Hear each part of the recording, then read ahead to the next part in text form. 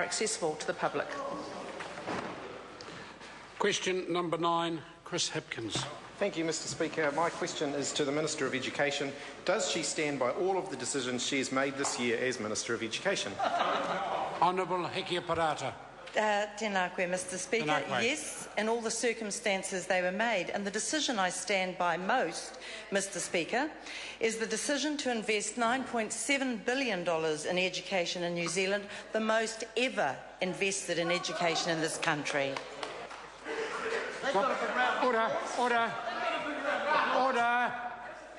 Supplementary question, Chris Hipkins. Thank you, Mr Speaker. Does she stand by her decision to try and close Salisbury Residential School, given Justice Dobson concluded that it was common sense that the risk of sexual abuse for girls with impaired intellect was likely to increase, and that, quote, no great leap of logic is required to recognise the validity of concerns, end quote, and that her arguments mounted to, quote, an abrogation of the responsibilities involved in making a decision?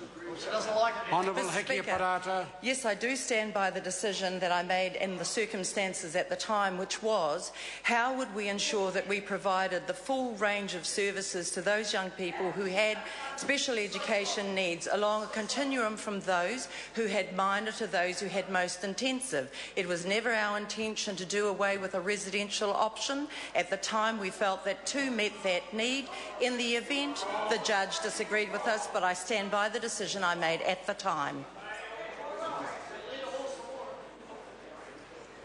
Supplementary question, Chris Hipkins. Does she stand by her decision to force the merger of Phillipstown and Woolston schools, given that decision was also overturned by the courts and has resulted in hundreds of thousands of dollars that should be being spent on education being consumed in legal fees because of her botched-up process?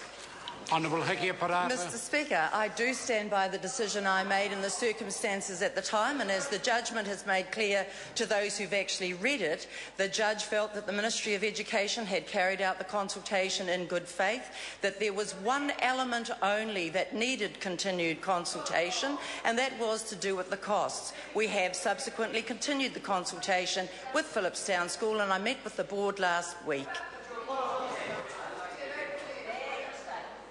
Supplementary question, Chris Hipkins. Thank you, Mr Speaker. Does she stand by her decision to make the Secretary for Education fall on her sword at a cost to the taxpayer of $425,000, given it was a ministerial decision to increase class sizes in last year's budget, a ministerial decision to propose closures and mergers for schools in Christchurch, a ministerial decision to close Salisbury School, a ministerial decision to sign off on the implementation of NovaPay, and yet no minister has been held to account for all of those debacles?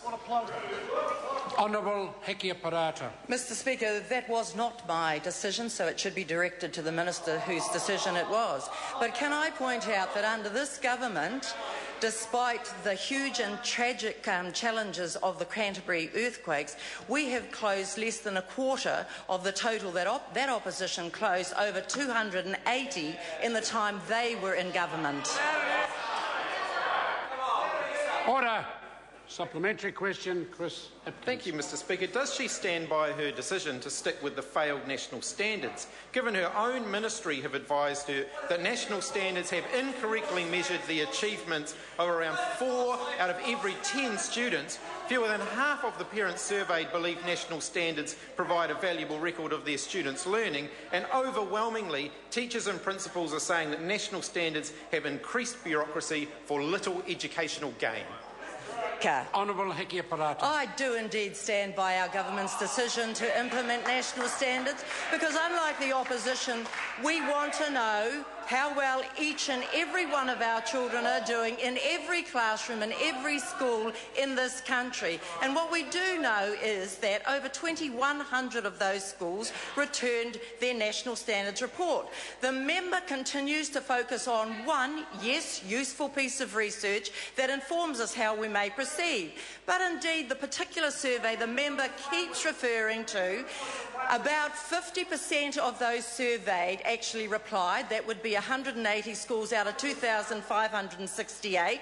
Of the 180 schools that replied, less than 40% related to parents. Of the National Monitoring Study of Student Achievement, which had a sample of over 2,500 schools, parents overwhelmingly said they loved getting their child's national... Order.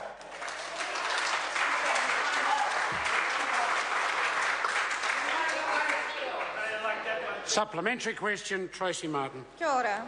Does the Minister stand by her Ministry's recent decision that looks to restructure staff funding for Pacifica students requiring English language learning support so that some schools will now have to seek funding from charitable organisations in order to maintain these successful programs? And how does this align with her government's achievement aspirations for this group of priority learners?